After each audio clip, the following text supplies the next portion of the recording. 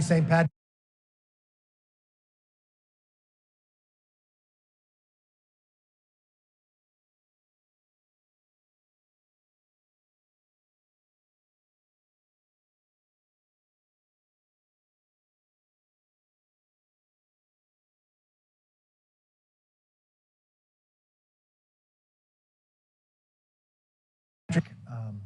Simply to celebrate this day.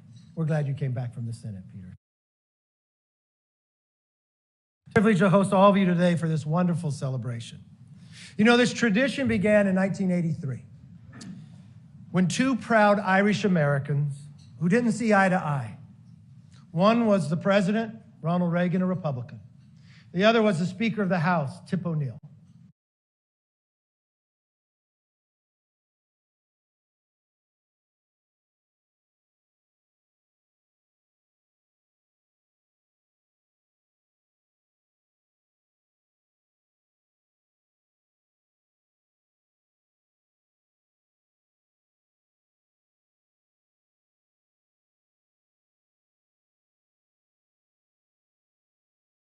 That Ronald Reagan and Tip O'Neill had.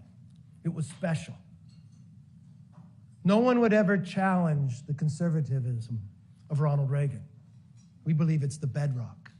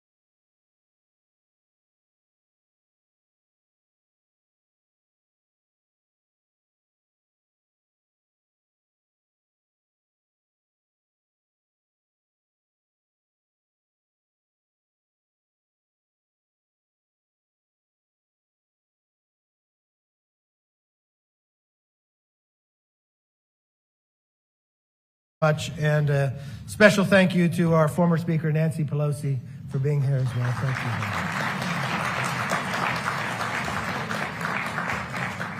The Senate is in session, but the House is not. So for our foreign guests, this is very, very important to us. As you'll see, a lot of members came back simply to celebrate this day. We're glad you came back from the Senate, Peter, too. Well, it's a privilege to host all of you today for this wonderful celebration. You know, this tradition began in 1983 when two proud Irish Americans who didn't see eye to eye. One was the president, Ronald Reagan, a Republican. The other was the Speaker of the House, Tip O'Neill. One was from California, and the other was from the East Coast. They agreed to break bread in honor of their motherhood and their patron saint. Almost every year since, every speaker, every president, and every prime minister has set aside the issues of the day to gather to toast the great St. Patrick. For us who are members, we talk about the relationship that Ronald Reagan and Tip O'Neill had. It was special. No one would ever challenge the conservatism of Ronald Reagan. We believe it's the bedrock of what people should stand with. No one would ever question the liberal views of Tip O'Neill, that he proudly stood for what he believed in. But all of us would honor the relationship those two had. And we talk about the moments and times when they rose to the occasion. It was easy to have political fights, but in some of the most difficult issues, even when it came to Social Security, They used the relationship of being Irish to find the way to put America first. And in that moment, in that time, when they had fiscal problems, they found a way to get together. They would always break bread, share some Guinness, and fight hard for their own personal beliefs. And at the end of the day, America was stronger for that. And it's unique that 40 years later, we're back here again. Now, we have Mike Kelly, Richie Neal as our co-chairs. They do a tremendous job for the Friends of Ireland Caucus. We thank you for the work that you do.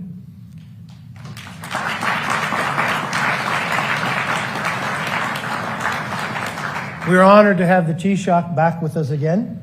This is not foreign land to you. You actually served here as a staffer, became a doctor, and you lead your country. We're honored and proud to have you back. And to the Taoiseach who had served here, you know the political battles at times we would have. And this is a unique time for you to be here. Because for America, we know the stakes are high. That a clash is brewing, people say, between the president and I. Of what should we do? Of what would be the ramifications for the entire nation in the coming months? And I think you might be able to settle this for us. Which one of us is more Irish?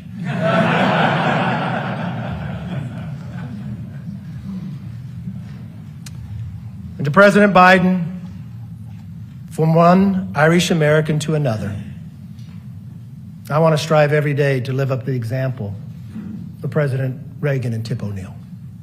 Our positions may be reversed, but our goals can be the same, that we put this country first.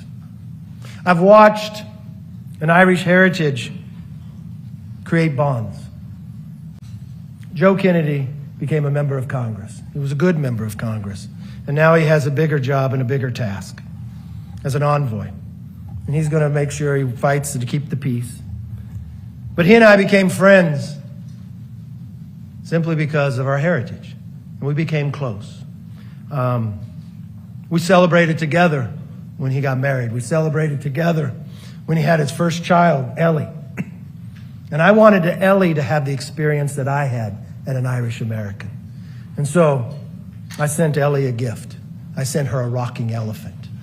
And when Ellie would come to town, Joe would bring her to the office. And I still have this picture where Ellie is holding with Joe and I, and Ellie's making the sound of an elephant with the trunk. And one night, laid on the floor, Lauren, his wife, FaceTimes him. We're not supposed to answer the phone, but he's a good father. He does. And I'm sitting next to him. And they're sitting in Ellie's room, and Ellie is rocking on this elephant. And I proudly look at Joe, and I said, she's going to have the same experience that I did.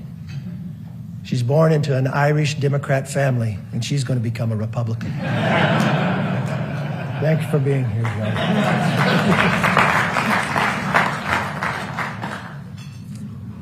But to many of you, just like me, our Irish heritage means a great deal to us.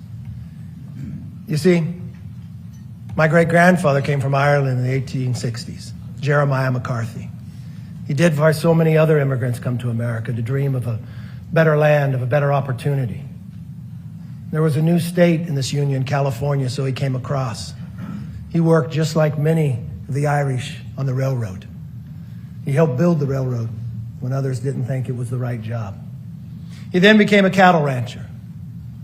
He had 2 sons who went off. And my father, he became a firefighter like a lot of other Irish.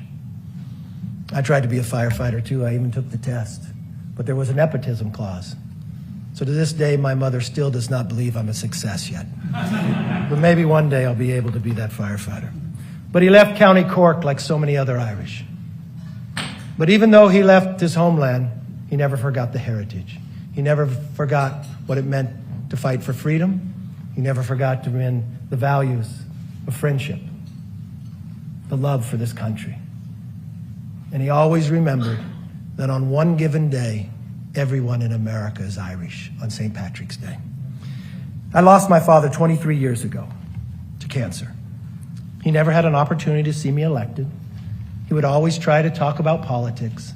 And if my father was alive today, I don't know if he would come for the State of the Union, but he would come for this lunch. He would want to be here. And so if I may, if I can end with my father's favorite blessing, you know it. May the road rise up to meet your feet. May the wind always be at your back. May the sun shine brightly upon your face. May the rain fall softly in your field. Until we meet again, may God hold you in the palm of his hand. With that, Mr. President, it is an honor to welcome you back, and it's an honor to welcome another Irish American, and hopefully in our quest that we can lead by example of one that started this 40 years ago. I give you the President of the United States, Mr. Joe Biden.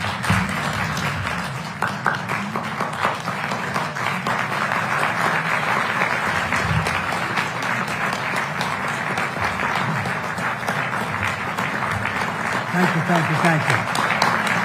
Thank you. Thank you, thank you, thank you.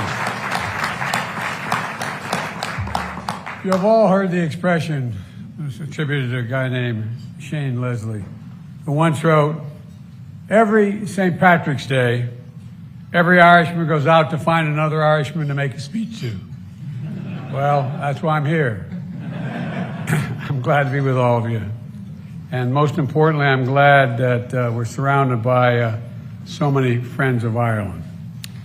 Here in Washington, we've always been able to work across the aisle on Irish issues, no matter what our politics have been, no matter what else we agree or disagree on. So, Mr. Speaker, thank you for bringing us together again. I was trying to think. I think I've made almost every one of them. Don't get hurt, man. We need you.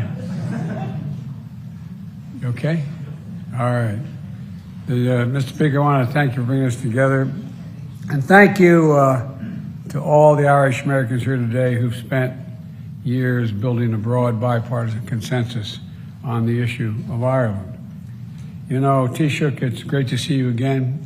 We just spent a little time down in the Oval Office, and we just finished an excellent meeting. So now we can enjoy a little bit of a celebration. You know, to all the friends and leaders who travel from Ireland and Northern Ireland, it's wonderful to see so many of you here once more. I stand here today, like most of you, as a descendant of the Blewitts of County Mayo and the Finnegans of County Louth. I was telling the Taoiseach that when I would have as vice president, I'd always have a breakfast for the Taoiseach before he'd go over to see the president for those 8 years. The 7th year, I think it was, Nance, that went in the Taoiseach, I brought him into the Oval, he sat down, and before Barack could say anything, he said, for God's sake, Barack, let the boy come home. Let him come home. I'm sure to God, true story. And he said, you keep sending him to places like Afghanistan, Iraq, and all of, let him come home. And you have to help me with the Gaelic expression, 100,000 welcomes. What's the? Céabhíle Fáilte. And he said, he'll get 100,000 welcomes. And it was one of but they didn't plan on my bringing my whole family. But literally we saw thousands of people. And I was saying that being raised by a grandpop who went to Santa Clara back in the days when Irish in Northeast Pennsylvania didn't very much get a chance to go to college. And he was an All-American football player at Santa Clara. And he came back as a newspaper guy on the business side. And my grandfather used to say that, you know, every time I walk out of his house in Scranton, Pennsylvania, when I lived there for a while, he'd look at me and say, Joe, remember, the best drop of blood in you is Irish. And my grandmother would say, you need more than that. But, you know, but the fact is that when I went over to Ireland, it was a great experience. I'd been to Ireland many times, but not to actually look up to find my actual family members. And there were so many, and they actually weren't in jail. They were all, but all kidding aside, I met the Blewitts and the Finnegans and all of the folks who we were related to. Spent 6 days there, And one of the things that, and the Finnegans are from County Louth. And there's still, if you go to County Louth, there's still a place called Finnegan's Pub, which is, Reverend, it's related to my family. I'm the only Irishman you ever met, though, that's never had a drink, so I'm okay. I'm really not Irish. But look, as many of you know, I, like all of you, take pride in my Irish ancestry. And as long as I can remember, it's been sort of part of my soul, how I've been raised. And, you know, during the times of darkness and despair, it always sort of brings light, strength when you think about what my ancestors went through and what we're going through now. And the history that binds us and the values that unite us. You know, there are values I learned at my grandpa's kitchen table, where he would always, my grandpa's kitchen table, particularly on Sunday after 10:30 Mass at St. Paul's, you get to wander around the table. You never got to sit down when you were a kid, but he had 4 sons, and they'd sit there, and another guy from the newspaper, a guy named Tommy Phillips, who was sort of at the time the David Broder of the Scranton paper, and they'd sit there and they'd talk. And one day, I'm sitting there and talking about a guy that I didn't understand why he was sticking up for him. And he was the city chairman of the party, whose son was the city chairman when I ran for president, at any rate. And he was always in trouble. He was sort of like a late Mayor Daley, you know, a brother-in-law on the payroll kind of thing. And so I couldn't understand. My grandpop was Mr. Rectitude, and I couldn't understand why he was, so liked him so much. And he reached up, and you could wander the table, he just couldn't sit. And he put his arm around me. He said, "Joey, come here." And I knew this was about to be a public lesson for Joey. And he said, "You're wondering why I like Patty?" And I said, No, Grandpa, no. He said, "No, you're wondering." I said, "Let me tell you something." He'd look at you and say, "Ambrose, I'm going to cut your heart out." And you know he'd mean it. Or, "Ambrose, I'm going to jump off the bridge for you." Whatever he said he'd do, just remember, do what you say. Do what you say. And he was one of those guys who always did what he said. And the biggest thing for my grandfather was, "Joey, never bend, never bow, never kneel, never yield, never, never." And the values I learned from my mom, Catherine Eugenia Finnegan Biden, she used to say, "Remember, you're defined by your courage and you're redeemed by your loyalty." You're defined by your courage and you're redeemed by your loyalty. My father's values were similar, but he had a saving grace. There was a Hanafi on his mother's side of the family from Galway. And, my dad was one of those guys who taught all of us that everyone, no matter who they are, everyone is entitled to be treated with dignity and respect. Everybody, not a joke. My father would no more walk through the Hotel DuPont and say hello to the chairman of the board of the DuPont company we didn't know, but say hello to him and not say hello to the shoe shine guy. That was my dad.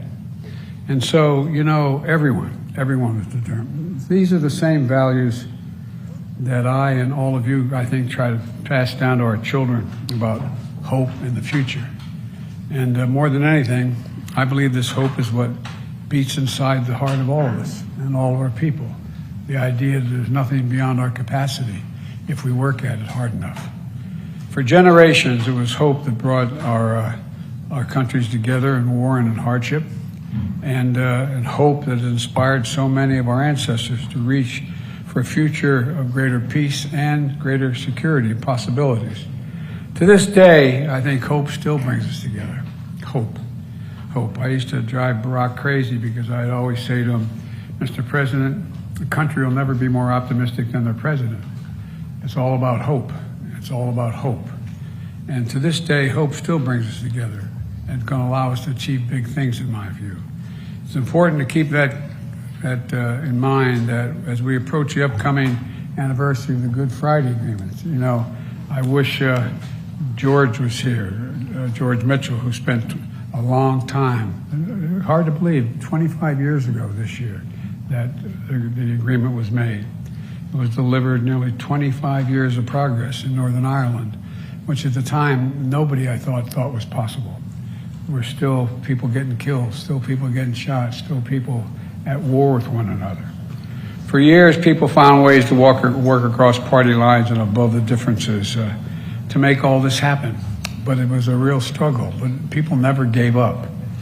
And as I said, giants like George Mitchell devoted his life to this building and the Congress and the Senate, but he also, he never backed down. He never gave up. And the Northern Irish leaders who are here today, they took a lot of brave steps that were necessary to so that their children might have a better future. And Northern Ireland leaders that are here today, let me say how important it was to see you standing shoulder to shoulder with the Chief Constable Byrne after your and affirming your commitment to the future following the attempted murder of Detective Chief Inspector Caldwell. We'll have to continue to work to protect peace and stability. And I met out in San Diego with the British Prime Minister, and we talked about our commitment to the Windsor Framework. It's a vital, vital step, and that's going to help ensure all the people of Northern Ireland have an opportunity to realize their full potential. And I just keep reminding my family and anybody near me that I'm a big fan of Seamus Heaney, and when he passed away, his wife was kind enough to send me a long handwritten note and a copy of his poems that he had, some of which he had written by hand. And one of his Cura Troy is one of my favorite. And he used the phrase, and he said, remember that history says don't hope on this side of the grave, but then, once in a lifetime, the longed-for tidal wave of justice rises up, and hope and history rhyme. I think we have a chance to make hope and history rhyme, with all our differences. I think those of us who have been coming to this dinner a long time have never been in a case where, from the perspective of the public, the parties and the politics have been so divided as it is now. But I agree with the Speaker. There's no reason why we can't find common ground.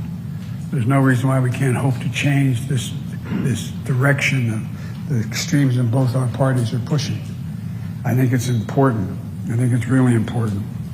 And that's the power of friendship. I think it's the power of, that's the strength of our partnership if we work at it. And simply put, I think it's the Irish of it. I think it's the Irish of it.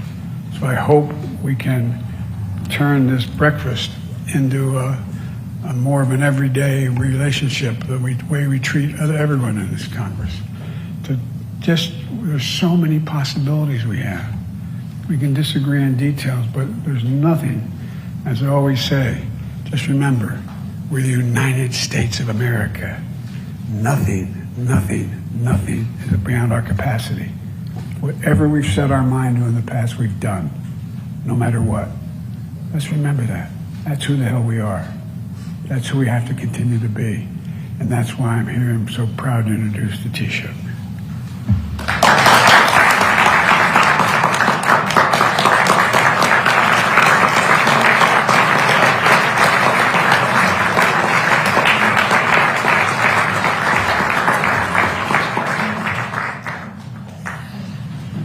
Thank you all so much, Mr. Speaker, Mr. President, members of Congress, ambassadors, esteemed friends and colleagues. It means so much for me to be back here again as leader of our country on our national holiday. And I'm very pleased that I'm joined in the room by political party leaders from Ireland and Northern Ireland, including Jeffrey Donaldson, Mary Lou MacDonald, Michelle O'Neill, Colm Eastwood, Naomi Long and Doug Beattie, and also the Secretary of State for Northern Ireland, Chris Heaton-Harris. It's great to have us all in the same room, and it's been good to be able to interact with each other over the past couple of days. And I have to say, it's a pleasure to be sat next to the Speaker and the President, not to keep the peace, but rather to thank them for doing so much to protect and promote peace and prosperity on the island of Ireland.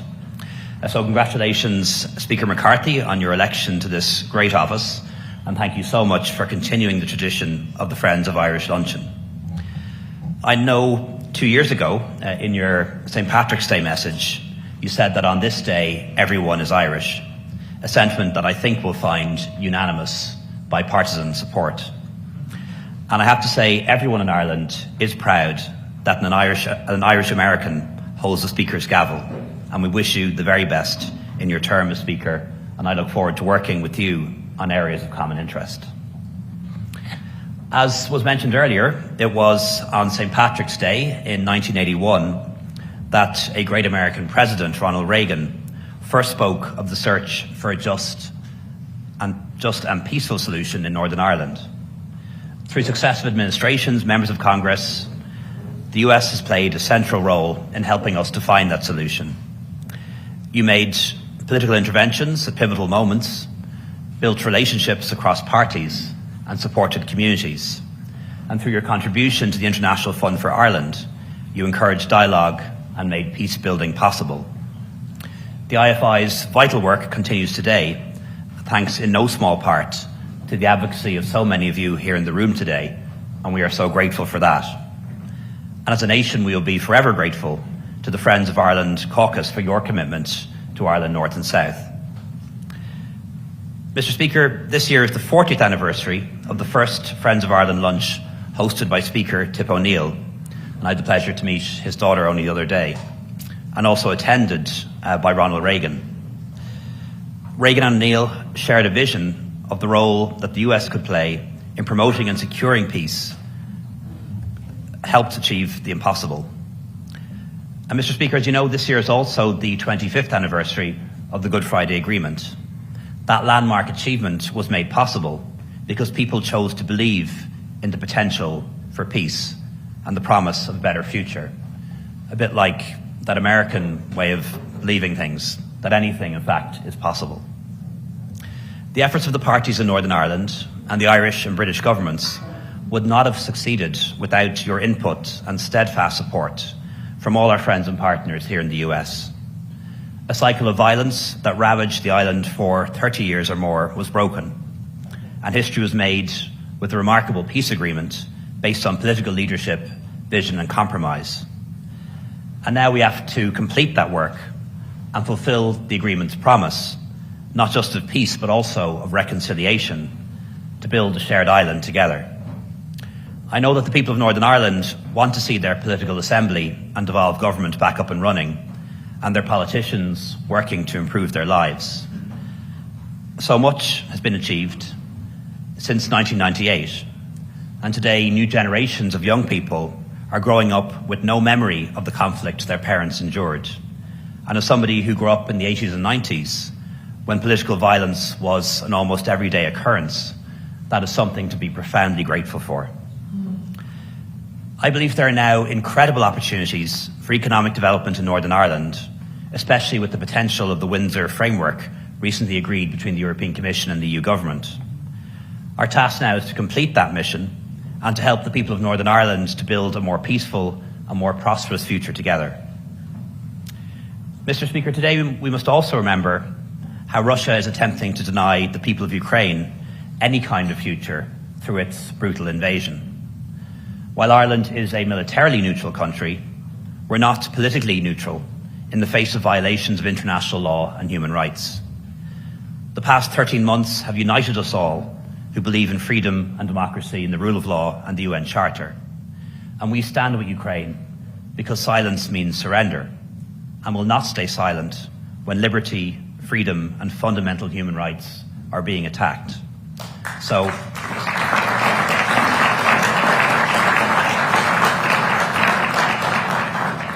we will stand with Ukraine for as long as it takes. And we've seen so many times in history how this story ends if it's not challenged, how appeasement, no matter how well intentioned, ultimately fails. And I have to say I endorse the ongoing cooperation between Europe and the United States to help defend our Ukrainian friends.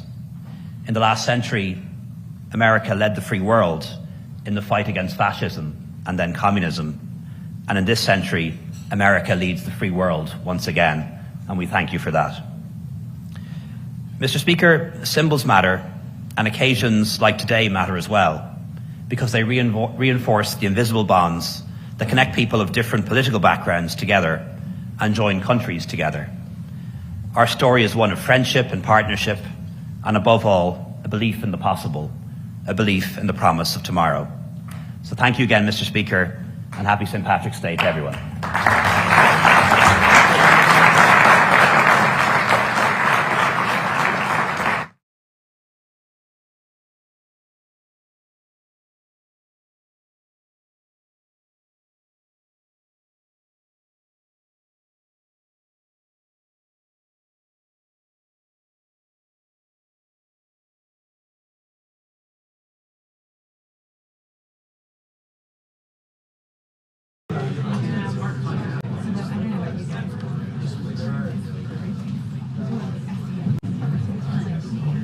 It smells lovely in here. Good afternoon, everybody. It does. It smells like, I don't know, potpourri or something. It smells lovely. Welcome back to those who traveled with us out west. It was a really great trip, three days of wonderful activities. Okay, so tomorrow is one of the president's favorite holidays.